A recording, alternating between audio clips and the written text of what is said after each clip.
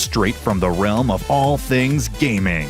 Everything Noob starts now. It's episode 103 of the Everything Noob podcast. I am Vortak. Joining me this evening, Miss Jemmy. Hi! Three of us, episode 103, Half-Life 3 confirmed! Oh my god. Were you waiting, just all week to say that? Yes. Yes. And Mr. Dreadlow. How's it going? How's it going? We are, I guess you could call us YouTubers of sorts. Yeah. YouTubers and MMO players, and we're here to bring you a podcast this week. All about Halloween. This is the closest podcast I think we're going to get to a Halloween, before coming up to Halloween. Well, here's what's interesting about that. The number of the episode that we're doing right now is 103. Yeah. It's got a 3-1 for October 31st. It's perfect. Well, if you take out the 0, there's 13 for Friday the 13th. Yeah, that, and then there's 10 in there for October. Oh my god.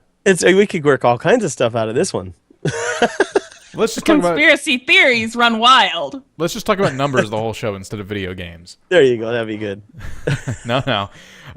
So the theme obviously tonight is Halloween and scary games, the genre. Nothing's off limits there. And I wanted to, I was racking my brain. I don't play a whole lot of scary games in general, but I was trying to think, and I realized games that kind of fit this genre. I mean, Left 4 Dead totally counts. Yeah. Zombie shoot 'em up game. Sure. And it opens up the world to scary games. If you put zombies in, off the top of my head, Dead Nation, Dead Island, Dead Rising, Left 4 Dead. There's 4 games with the word dead in them. Yeah, and also with Left 4 Dead too,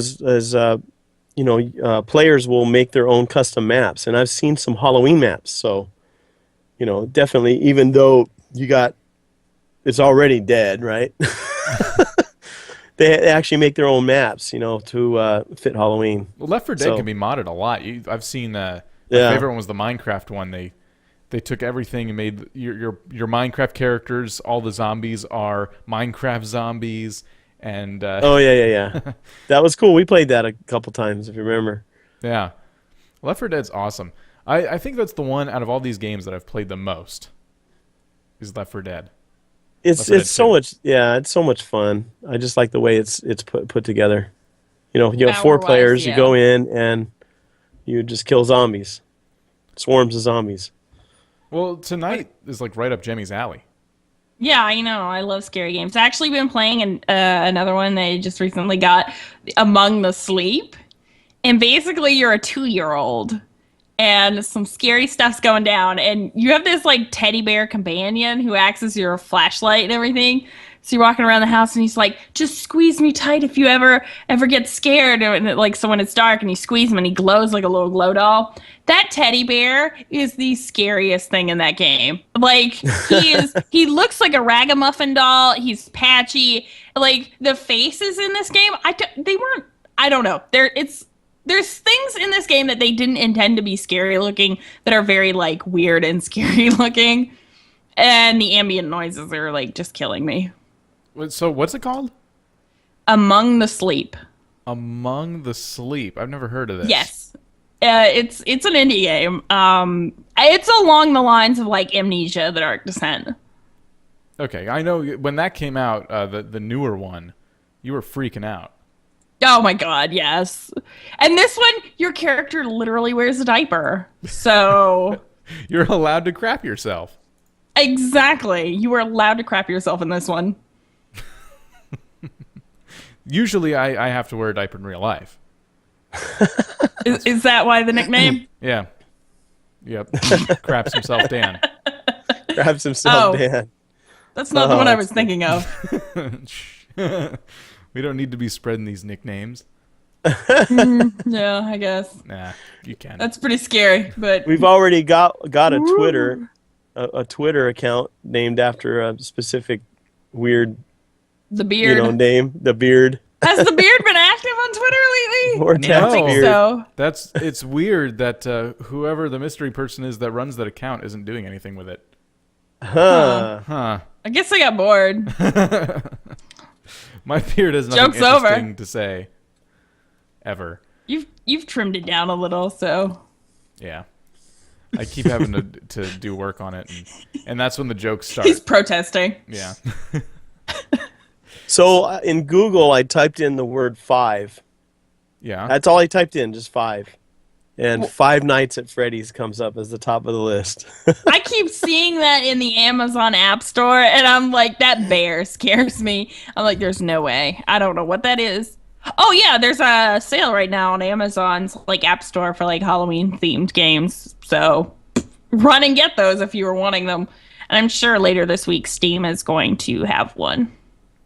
There's a lot out. I know I was just hanging out on Twitter one day, and people start doing reviews for Alien Isolation, which is a game based off of the Alien, Alien versus Predator kind of universe. Oh, yeah. Yeah, and most of the reviews were overwhelmingly positive, people saying it's a very scary game. It's exactly what an Alien game should be. You're walking around the spaceship, and at any time the alien can like jump out at you, and the AI is really good. But the review I read from some publication just slammed this game into a wall. Like they hated it. And I think what they hated about it was the fact like they really liked it up until so many hours in, and then it was repetitive. Like the same crap just kept happening over and over and over, and it became very predictable and tedious. It makes you run back and forth the entire length of this giant ship a couple times. And it just to the person reviewing it, it felt really lazy. I didn't pick this game up because after I read that, I'm like, that doesn't sound very fun. I'm just gonna like jump in here. Isn't that kind of the norm for games though? Like after so many hours in, it's kind of repetitive. It just gets a little more difficult to complete the challenge because you're like learning how to use it faster and better all the way through the game.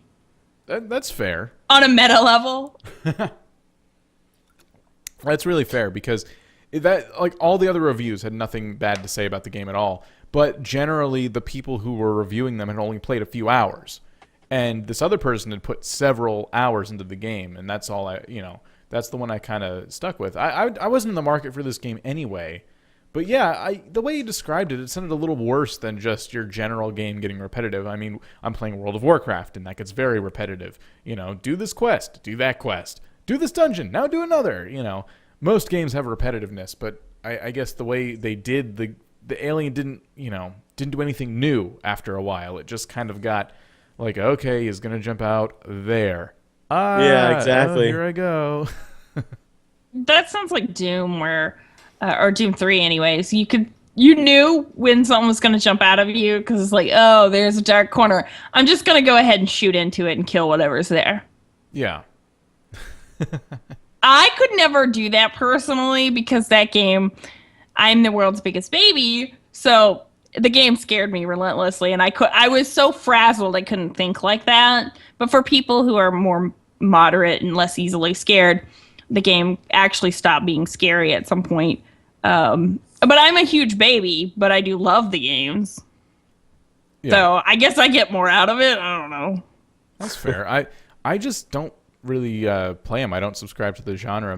Like the thing about that, like scary movies don't really get to me. They have all the audio in there to basically cue when the scare is supposed to happen.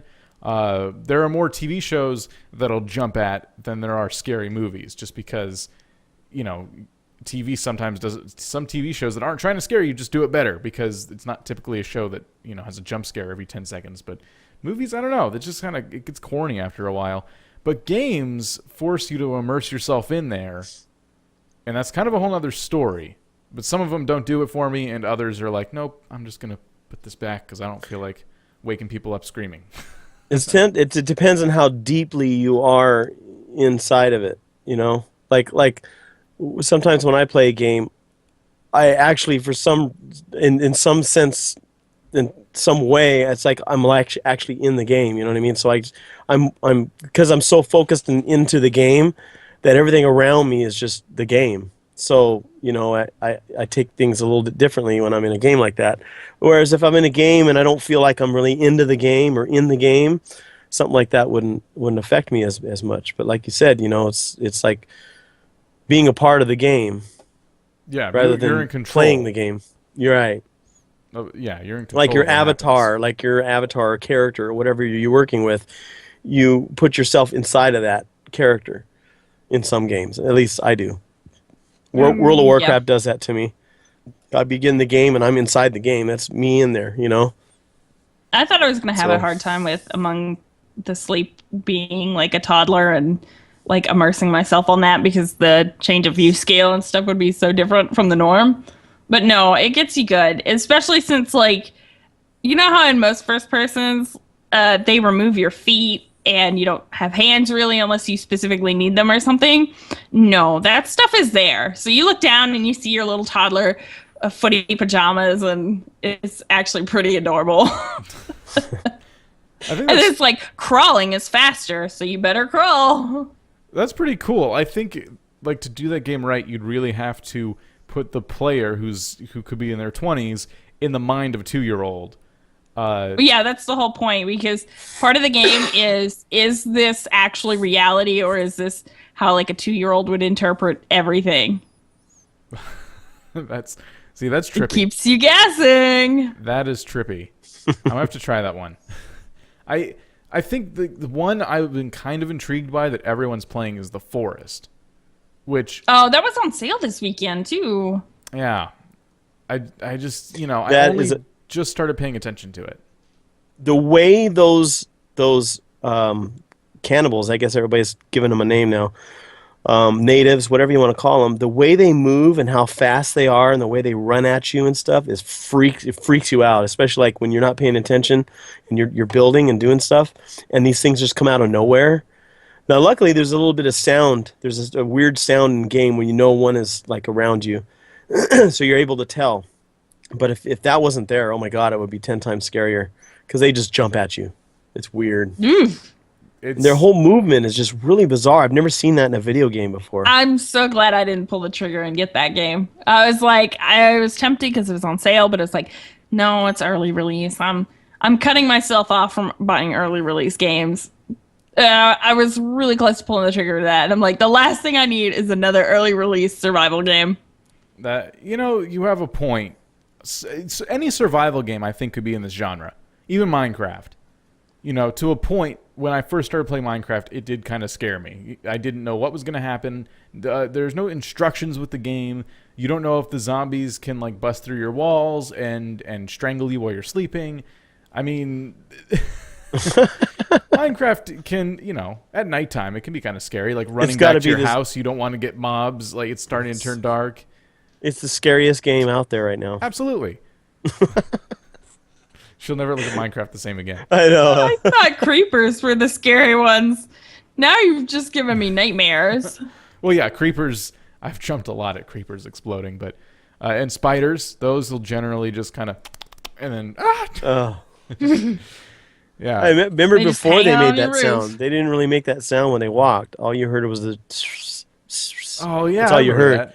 You could never hear them walking. So it was always kind of creepy when they came up behind you. That sound is gross.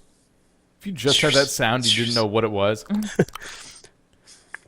All you need to do is end with a, and that would be it. Like, yeah. I don't want to go in that now cave. Now there's gonna be a mod. There's gonna be a Minecraft sound mod that just ends the spider ones with. That would be awful. I'm not going in that cave. It's a man cave. I don't want to go in there. Oh, man cave. Disgusting. We're awful. Oh, wow. Any survival game, but yeah, The Forest, the Let's Plays I was watching on it, definitely underdeveloped, but if and when it is finished, it's going to look awesome. The graphics are really stellar. Yeah, it's... No, wait. Dreadlow, have you played it? Yeah, I've got it. I played it. And I'm just like blown away at I mean, it's very. I have one question that I couldn't find an answer to. Does it have a story mode, or is it just kind of like endless free build? No, they're gonna have a story mode. I guess. Oh, so it's not in now, but it will. Yeah, from what I understand, is like you start out, you're on a plane, you're on an airplane, and next to you is like your little boy or your son, and the plane is going into a nosedive, going to crash, and then when it crashes, you wake up on the floor of the plane in the middle of the aisle, and there's this native, this cannibal or native, picking up your son and walking away with him. And then you wake up and you get up, and then the first thing you see is an axe, and you grab the axe, and that's your first weapon in the game. Now, they haven't developed any more on that story, but from what I understand, in the next couple more, and they tell you when you first start the game, it tells you on the screen when the next update is. So you can look forward to it. Like it says 21 days till the next update, and then they do an update. And so in the next couple updates, they're going to start. They're going to work heavily on the storyline right now, and then they're going to have multiplayer, and it's going to go from there. So it's very, very early. When did you play it? I started playing. When did I play it? When was the last time you played it where you saw the multiplayer wasn't in yet?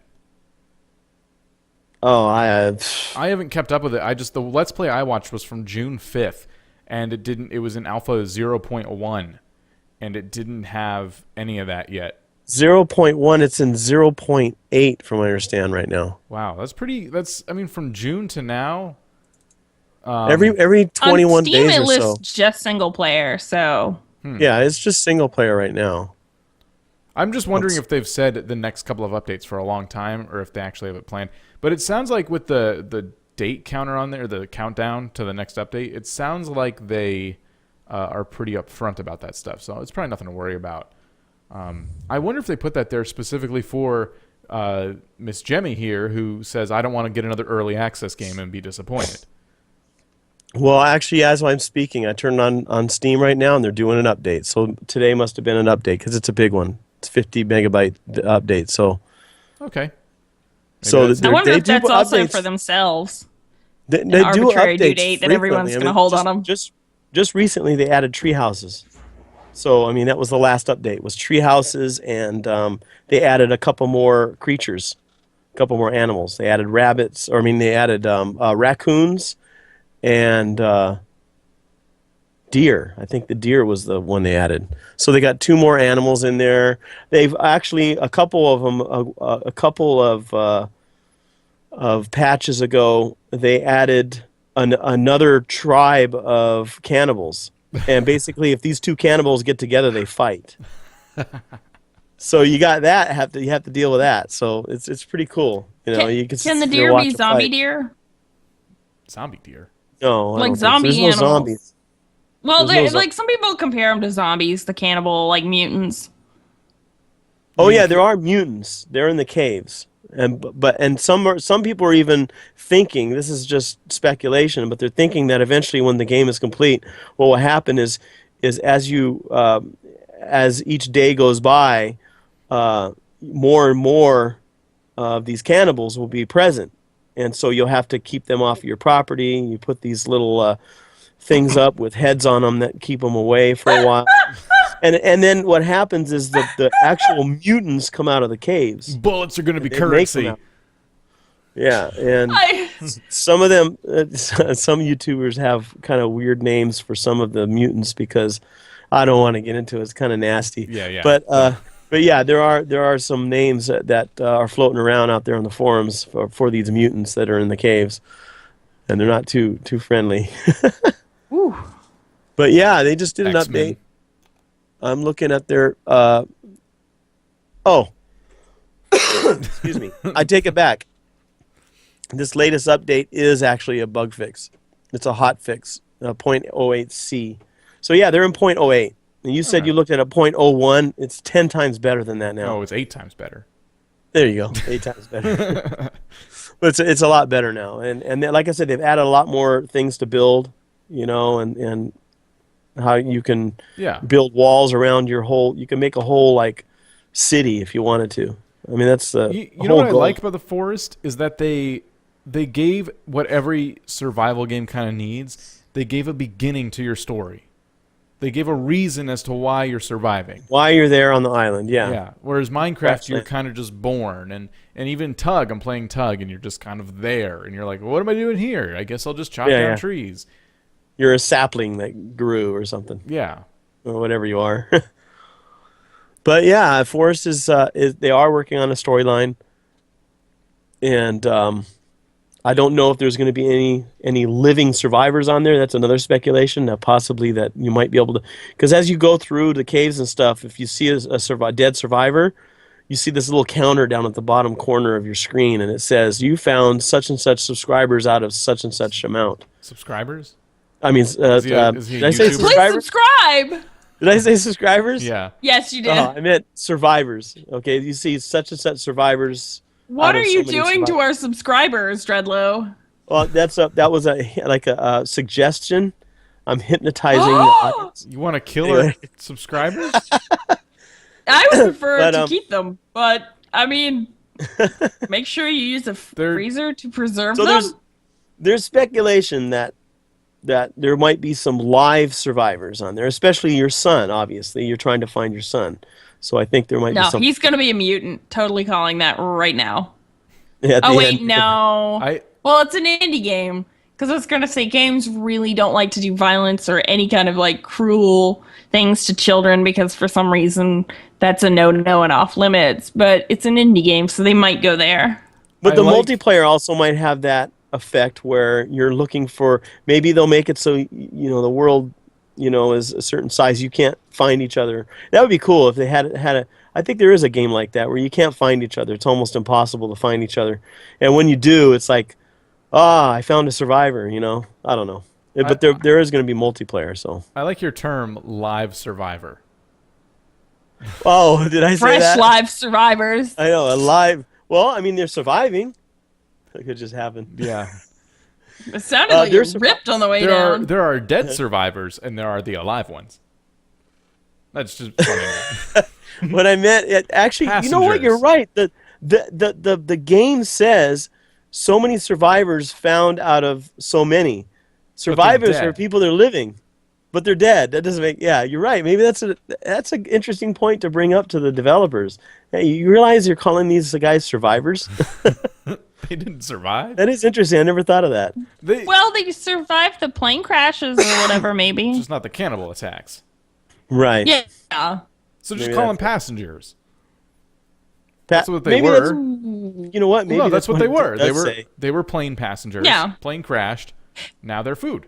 That might You know be what? Now that I think confusing, about though, it, maybe because that's what it does people say. think you were all on the same plane.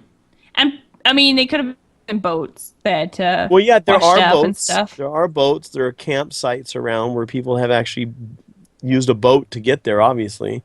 So I'm sure if anybody you find, you're going to find also survivors or passengers of that boat, So who knows? It's interesting. I think it's cool. I liked the idea of just the beginning of it was cool to me.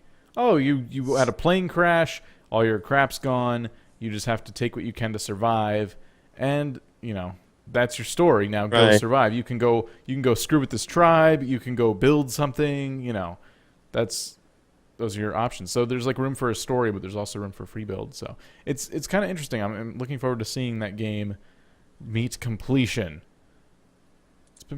It's been a struggle Yes. to see some of these games not ever get completed.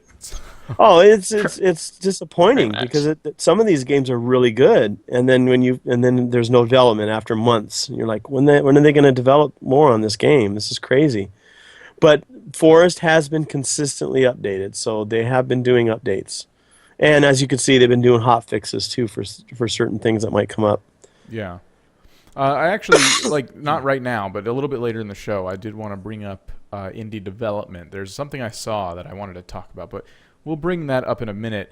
The other things that I had written down here were basically my trials in Dead Rising. I think that's my favorite zombie game. Dead Rising, yeah, Rising. I have Dead Rising 2. I have the Yeah. second one. I have the first. I had the first one. I played the first one the most. Dead Rising 2, what I didn't like about it was that you were timed. That was You know, the you first one had- too. It was the first, yeah, it's like, come on, man. I can barely make it, you know what I mean? And it's just a struggle. I want to enjoy the environment. I want to see the things around. There's so much in that game. Yeah, Dead Rising 1 had the same deal, and I had a really hard time beating it because of the timer. You're in a mall in Dead Rising 1, and it's really easy to get distracted because you want to see all the weapons. You want to see all the things you can use to kill zombies with. That's like the Yeah. fun of the game. and I spent the most amount of time like just saying screw the timer. I just want to screw around in the mall, you know. But eventually I beat the game, and when you do, that's when you unlock unlimited mode and you can run around. But what I didn't like about that was then it was just like no point. You know, it was fun to screw around for a little bit, but it would be more fun if the story waited on me instead of me having to run, you know, to get to my next mission. Yeah, it was just. So you're saying like quest objective points that start the next like mission, which is timed, but until you go activate it or stand in that area, it's just like free roam. Well, here's the crazy thing though. While you're being timed, because you have to get this medicine for your daughter. This is in Dead Rising 2. I don't know if. And you're trying to get this medicine. Maybe that's why it's timed, because she's gonna die. She's gonna die, right? Or she's gonna turn into one of these zombies. So, you have to get the medicine. That's pretty dead to me. Well, the thing is when you go out to find this medicine, you're met with other quests that start off, and you're like, oh my God, how am I going to do this and that at the same time and get to my daughter? It's impossible. You can't, you know. And then the thing pops up saying, you know, you failed because you didn't get there to save this dude that was, you know, whatever. So I don't know. It was frustrating to me. So I guess I could have went into a different mode of the game, but now that I think about it, I feel like Dead Rising 1 did have a little bit of downtime between some of the big missions, like some of the bigger stories. Like if you finally beat the boss in that part of the story, you did have some downtime before activating the next thing. But once it was active, you were kind of busy for a while. I think that's how it worked. And I haven't played enough of Dead Rising 2. I got Dead Rising 2 in the hopes of preparing for Dead Rising 3. But that's around the time my computer decided it didn't want to make games work anymore, and I had to wipe my hard drive and go through all that. And then ever since, I've never gotten back to playing Dead Rising 2. So I've only played like a really little bit, and my computer, you know, crapped out on me. But I liked it. I liked how they added weapon crafting. Dead Rising 3 looked the most fun to me, and I still want to play it so bad. I think that might be that one. Supposedly they took out the timer events. I mean, you could choose whether to play them or not, I think. Yeah. I think that sounds like a better game to me. I want to just, you know, gift myself Dead Rising 3 at some point. I've earned it. Because the advertisement for Dead Rising, the advertisement for Dead Rising was this ability to take anything and everything around you and use it as a weapon. And that was the fun thing. But if you're constantly being timed to get back somewhere, you don't have time to fool around with that. And that's what kind of ticked me off, was because I wanted to experience this, and I couldn't because there was just too much. It seemed like the zombie population kept growing and growing and growing, too. You couldn't, unless you killed them all off, you'd just end up with tons of zombies. I skimmed past a headline that they're making a Dead Rising movie. Really? Yeah. That makes sense. It does. I think it'd make a good movie. Yeah, it would. I was going to say, story-wise, that makes sense. Yeah. It hits a little bit too close to what we already have, though. I mean, we already kind of have, like, The Walking Dead and things like that. So I don't know if it's, like, a movie that's going to be groundbreaking. But I like seeing games get adapted to movies instead of the other way around. Yeah, it's been a while since we've had a groundbreaking zombie movie. There's just not much you can do with a horde of undead. Oh, we'll make them walk faster. Yeah. These ones explode. Whoa! Like we haven't seen that before. Yeah. It's always survivors holed up somewhere. Somebody's always sick or gets bit, doesn't tell anybody, so they're getting close to like dying and changing in the group. Well, that was the point of Dead Rising 2. Oh, get out. That Dead Rising 2, he didn't tell anybody that his daughter was bitten, you know, or that was turned into a zombie, so he kept it a secret. And so you have to go and find medicine. He promised, he goes, look, I'll take care of her. I'll get the medicine to her and all that stuff. Just, help me with this. And so they all accepted her. And so then he was responsible for getting the medicine. Yeah. So what medicine would cure it though? Because I imagine the zombie outbreak would be a sudden kind of thing. And there definitely isn't enough time to research and create a vaccine for that. It's just Advil. It's just Advil. That's Advil? Yeah. Well, supposedly now malaria is like a disease you get from the mosquitoes out in the in Thailand or wherever you get them, and these Africa. Oh, is it everywhere?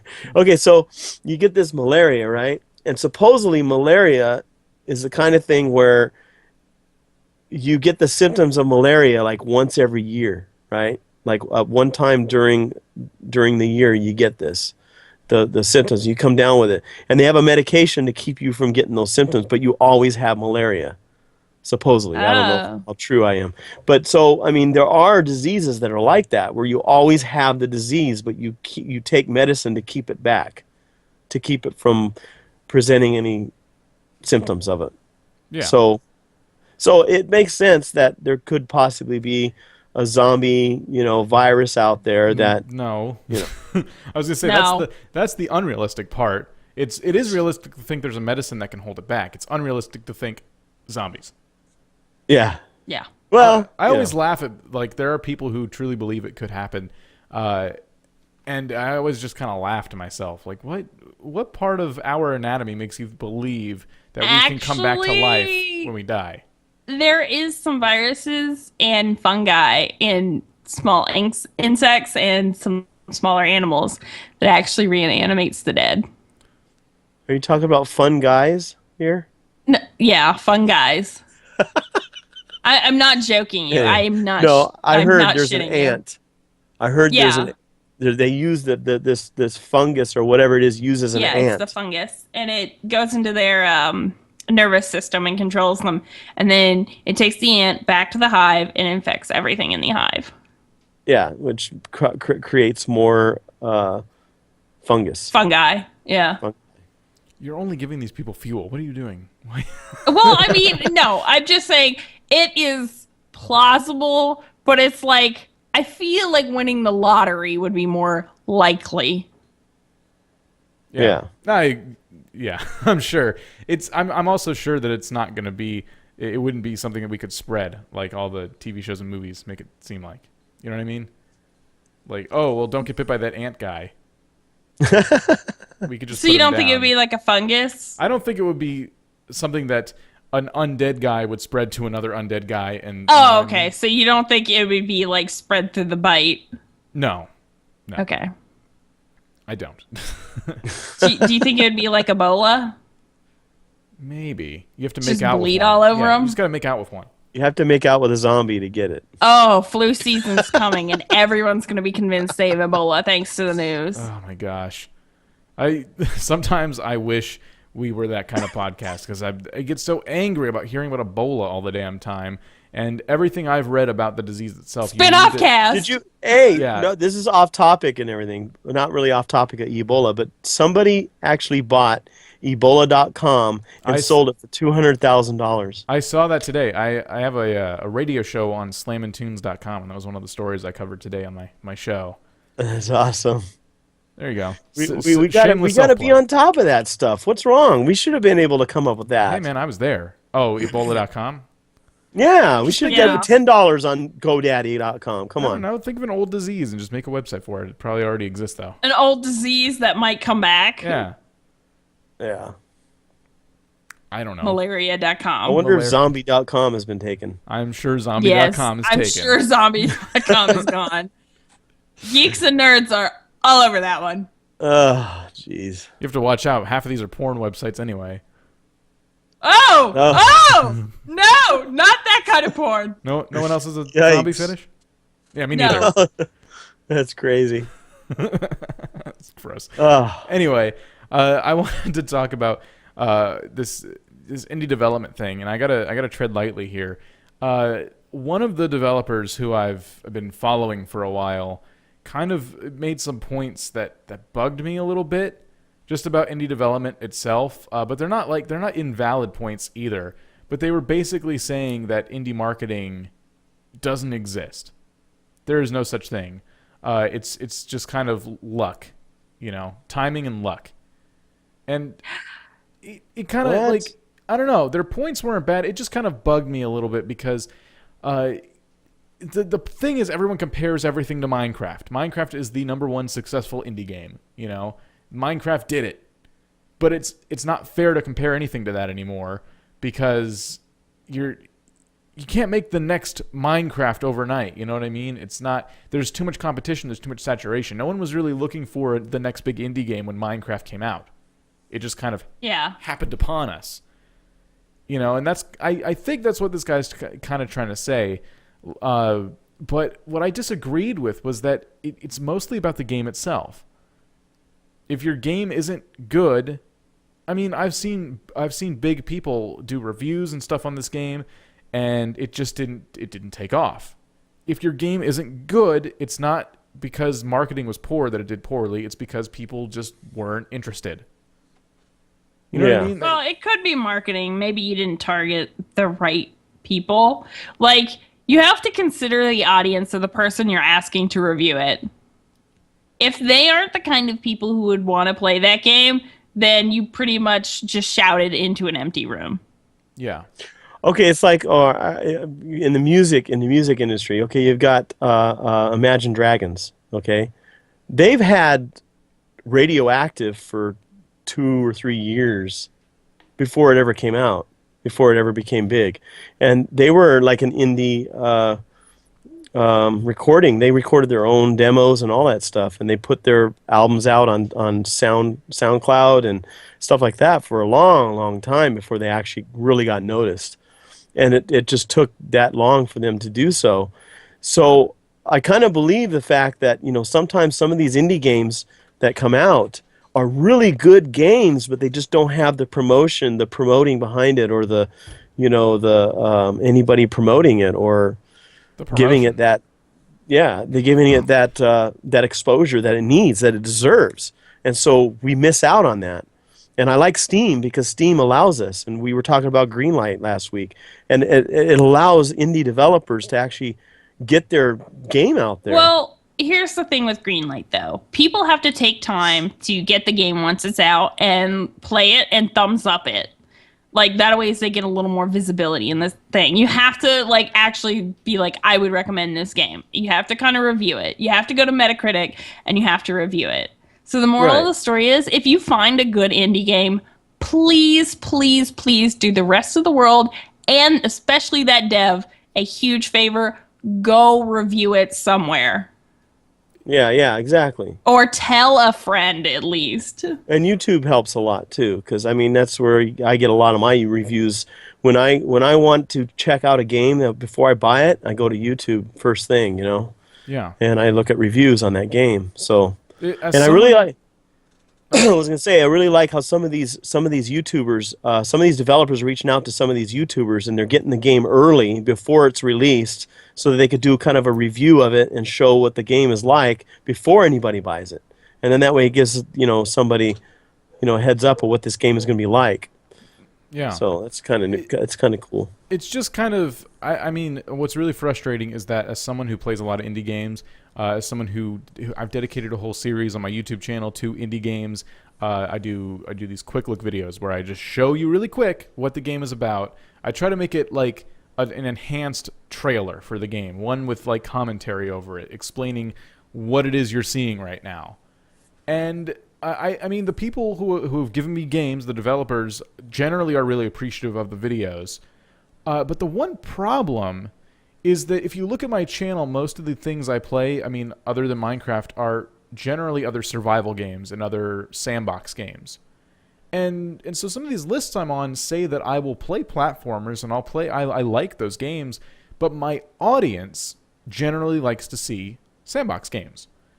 Yeah. And there's plenty of those out there that I don't have a copy of. And I feel like if you want to do indie marketing right, you're going to target not just all the YouTubers, like I've seen a lot of these developers do, target the ones that are playing the games that you're making.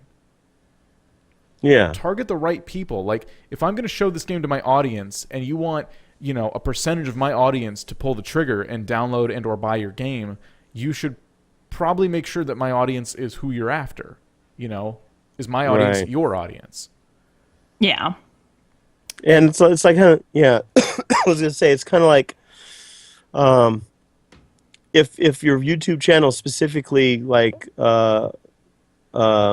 yours is all specifically sandbox games, and Not somebody sends you... specifically, but, you know, it's mostly. Yeah, and somebody, sends you I FPS. don't an FPS game. Yeah, that's something you don't do. FPS game. I mean, it just doesn't make sense, because that's not the core audience that you have. So I understand what you're trying to say. Yeah, and it's hard because a lot of YouTube channels, especially gaming ones, you got to filter out all the Minecraft ones, and the people who are tired of playing Minecraft, like me, are going to play other sandbox games. There's a lot of those. But I think the big struggle these developers have is that they don't have the money. We talked about this recently on the podcast. They don't have the money to pay the YouTuber. Hey, say things about my video or my video game on your channel, and I'll give you money. A lot of them don't have that kind of budget, and those YouTubers are being, talked to by big AAA titles. So Yeah. their time is already consumed, so they have to look to smaller YouTubers like myself and people, who are just not at that level yet. And yeah, that's what kind of like just irks me a little bit. You're coming to me and I really appreciate it, but I think my big problem here is that I don't want to say too much here. I've played this game of the person who is, talking about like indie marketing and being upset about it. And, I like the game. It's a fun game, but again, not my audience. And I kind of feel like a little bit slapped in the face by some of the comments I'm seeing. And I don't know, I just wanted to bring it up because I'm sure I'm not the first YouTuber to have seen these kind of comments from developers who are, a little bit down on their luck right now.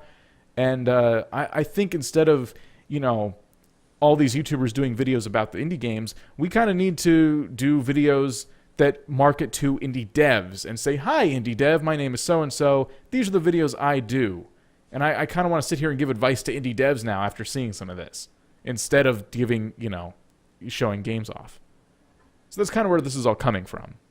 Yeah. I just thought it'd be an interesting side topic to discuss with you guys because it was, it's been bugging me a little bit.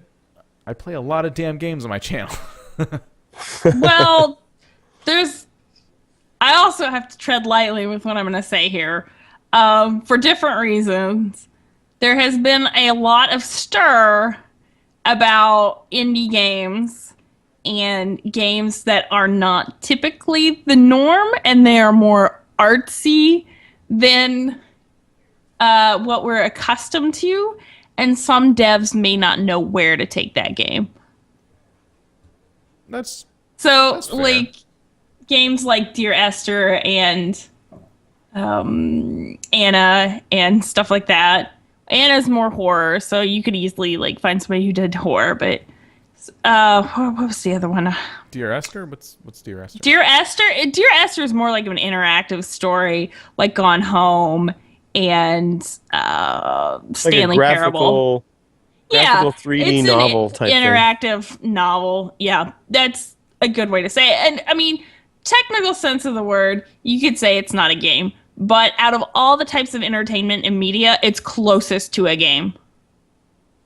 Yeah, because it's built even on a gaming engine, so it's a game. Yeah, but it's a loose. Stanley Parable is a game too, but you can't. It's not open just because it's not a platformer's the same kind of experience. It's interactive, like Super Mario. Super Mario's interactive, and there's only one way it can end.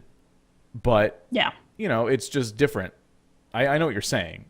Yeah. In the Stanley Parable, you're walking around and it's just kind of narrating a story for you. In Super Mario, you're getting to the end depends on how good you are at the game. So anyways, getting back to what I'm saying though, is there's also right now a lot of backlash towards these types of games and personal boycotts on these kinds of games. And it's very unfortunate because I think as a gaming culture that is kind of repressive and regressive. I know what you're talking about. I know exactly what you're talking about. That's another challenge that we, that the indie developers and YouTubers and gamers alike all have to kind of overcome. In general, we're not going to touch on it.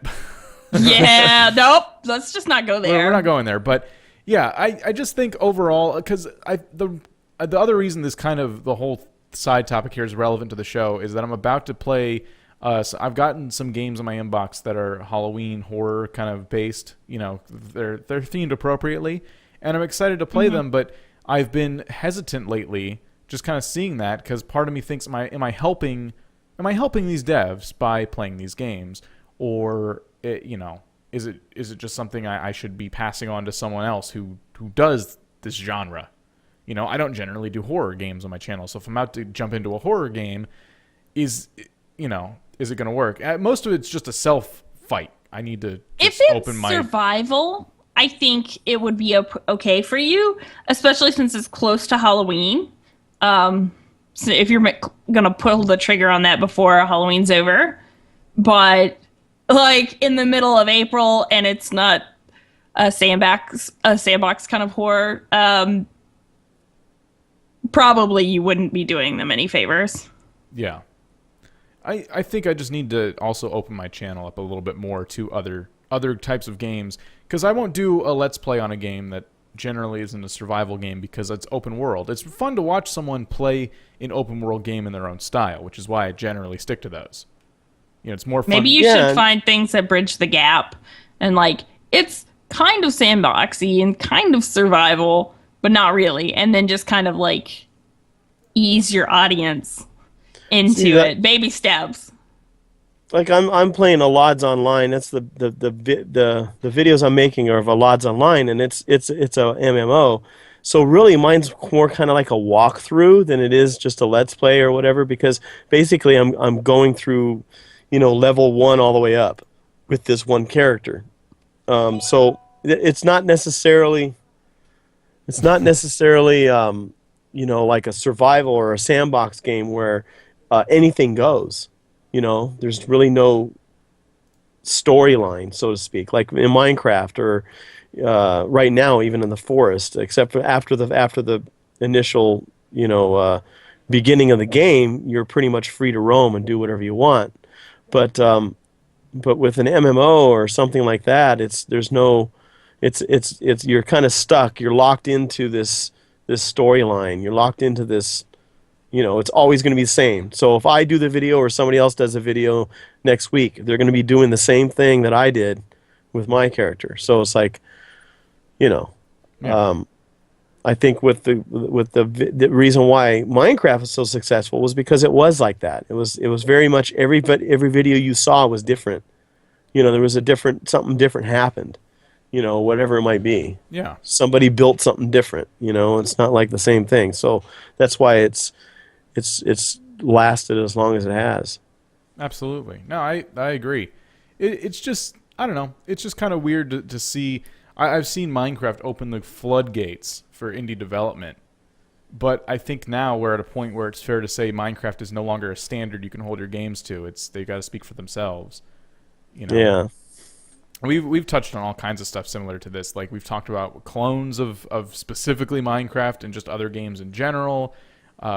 We've talked about Minecraft our fair share on this podcast for sure. Yeah. Almost treading the line of Minecraft podcasts sometimes. Well, it's kind of like where we all started. You know what I mean? So. A lot of people started though. I've seen more YouTube channels crop up thanks to Minecraft, and more entertaining things thanks to Minecraft than anything ever. And for me, Call of Duty, I think, not just Call of Duty, but any of those first-person shooters kind of started the putting games on YouTube with their what do they call them? Commentated. There were commentator videos that had video games in the background. They kind of started it off. Scope. Yeah, and so they just kind of started the whole gaming genre to go. Except for I think maybe StarCraft or something like that. They were making videos of that, but Minecraft really opened the floodgates, like you said. It opened the floodgates for a lot of people to put video game content on YouTube. So it really made it take off. I mean, YouTube gaming itself has taken off. I'm pulling this up right now because I just saw a headline the other day. Ryan Wyatt is going to be the head of gaming on YouTube. That's a whole section of YouTube now, and they have this person heading it. This person's known for commentating on esports. What? That's going to be Have interesting. you been to like the YouTube, like to try to just browse casually anytime recently? Like not for like channels you're subscribed to, but just to like browse.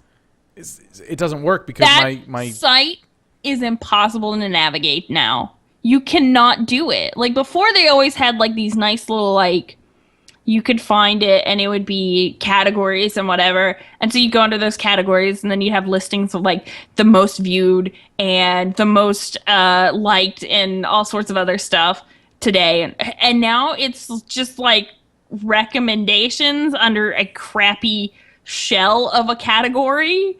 And that even that option is buried in the site.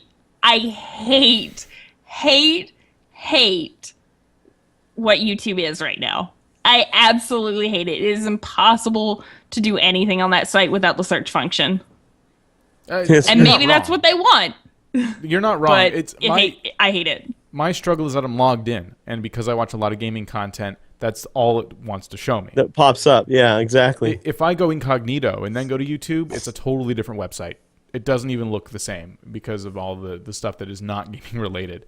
Yeah.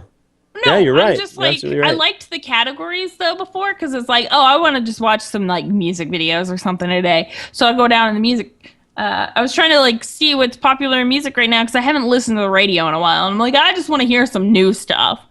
And I could not for the life of me it took 20 minutes, I swear, to find the music category. And I was not satisfied with what I saw when I got there. And I'm like, well, how am I supposed to discover the new blogs or whatever I'm in the mood for that day? I guess you don't. Discovery on YouTube is not easy. I'm looking at it now. Yeah, there is no clearly visible category section. In fact, YouTube spends more time trying to re-show me videos I've already seen than trying to show me something I haven't seen before. I mean, sometimes, like, don't get me wrong, I like the search. I need to search, and I probably use that more than anything. But sometimes I kind of like blind discovery in a certain direction because that's usually how I find the good stuff that I wasn't exposed to already. Because the search function implies that I know what I'm looking for. Mm-hmm. And not always do I know what I'm looking for, but I kind of know what I want. Yeah. You're right. It's really difficult because YouTube used to be that place you can go to just browse for stuff. Exactly. You can't Safari there anymore. Not unless you've already found video one. And I find the recommendations now are just a little too good. So you really kind of stay in the same like loop of videos.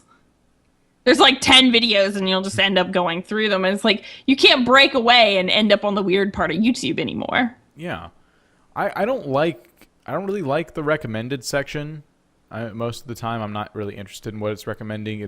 It's recommending things based on really obvious things. Like I searched for SNL for something the other day, and now like 2 or 3 recommendations here are SNL related because I did it once.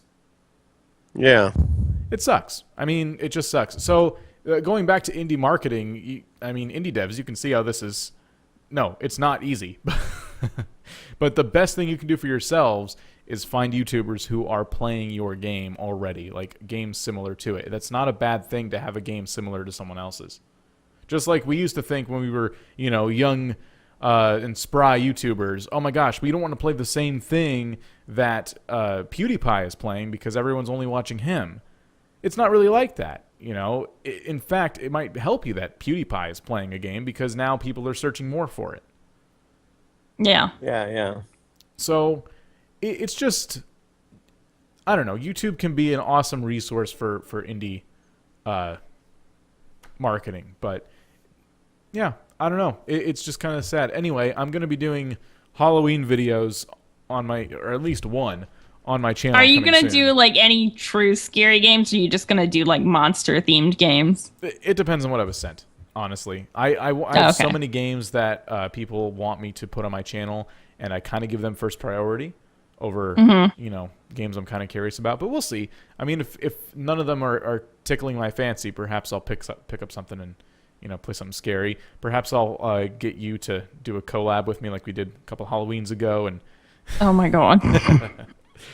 Or I'll just replay that video of Left 4 Dead where I got you super killed. Oh, yeah? That was scary for you. Yeah. No, I don't think it was scary for me so much as I was screaming, "You killed me, you killed me." Oh, that's my favorite. We could do that. We could do a Left 4 Dead kind of run through. The noobs get together and do something. Yeah. Aside from the podcast. A monster mash. Yeah. That won't be bad. So we'll do something. Something planned for Halloween. We'll figure something out. Outside I can't play Dead Nation. Chat. I'm not cool enough to own that game. You don't own Dead Nation? You don't even Dead Nation? No. I've never played any of the Dead Nation games. I have not either. What? I thought you did, but that doesn't even... Whoa, that's trippy. No. I have a gaming podcast, and I don't play most of the games I talk about. Deal with it. Who has time? I watch videos on them. Well, I mean, you guys talk about games sometimes that I haven't, like, tripped over into, but I'm sure I've played quite a few games, so you guys are like, what the hell is she talking about? What are you going on about? You like those weird artsy-fartsy games. What was that one we talked about with Drew a few podcasts ago, where you just walk around, and it's like a PlayStation 3 game. It was free.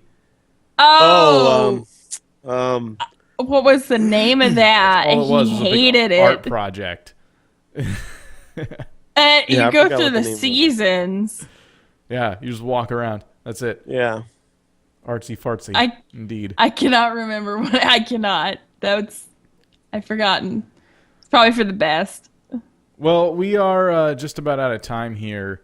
Last week on the show, we talked about... Chat suggested he was playing on the PlayStation home screen. That's pretty good. Oh, poor Drew. He's not here to defend himself. He didn't have the game started at all. It was just the home screen. All they did was copy the home screen. This sucks. I already have all these movies. It's kind of creepy, actually. Oh, man. Well, yeah, we're just about out of time. Last week on the show, we talked about playing MMOs. If you guys wanted to join us, in last week's show notes, we have info there on how to play some World of Warcraft and or Final Fantasy. You can't play tonight. 25 hours of maintenance. Ugh. What? It's a lot of maintenance. Well, it's almost over. It'll be over in a couple of hours, but like... What? Yeah. World of Warcraft? No. No. Oh. On 14. They're having a big patch drop, and I guess they were doing some other things on the back end, and they originally was scheduled for 24 hours, and then they came out later with an update, and we're like, we're sorry, it's 25 hours. I was like, why even bother at that point? It's just like, just let it run over. Salt in the wound. Ugh. MMOs. Last week I went to play WoW and I freaked out because it was going to be, all night maintenance. And I remembered why I stopped playing World of Warcraft, because I used to work nights, and so on my nights off they would always be doing maintenance on the time I needed to. The only time I had to play World of Warcraft, that was the night they were doing maintenance. So I of course. And then it happened again, but because I'm on the East Coast now, I still had several hours to play. That's really kind of weird that they wouldn't roll maintenance on different days of the week every time they did it. Like, last week was Monday, so this week it's Tuesday. Next week it'll be on Wednesday, or however often they do it. That ways people with static schedules never get really boned. Yeah. They definitely lost me as a subscriber back in the day. Although not a whole lot of people have jobs where they work all night long. So that was, they can't just tailor to just me. But I think you're right. They could have done that. They could have also just made it like one server at a time, or, they could have spaced it out different ways. Not one server. Well, now that all the servers are kind of somewhat combined now in a way. Yeah. Like, you'd be on there and you'd be playing with somebody on it from a different server and not even know it, except for the asterisk by their name. Is that what the asterisk means? Yeah, I found that out. It's because they're on a different server. Oh. I've been playing with a lot of asterisk people then. Yeah. All right. Okay. Yeah, it's weird. Sorry. We are out of time, though. We'll see you next week with the Everything Noob podcast. Be sure to check out everythingnoob.com for all the things that our outro will explain right now.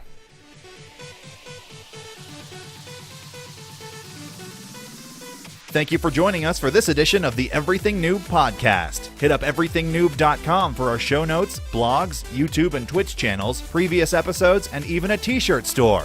Please game responsibly, and we'll see you next week.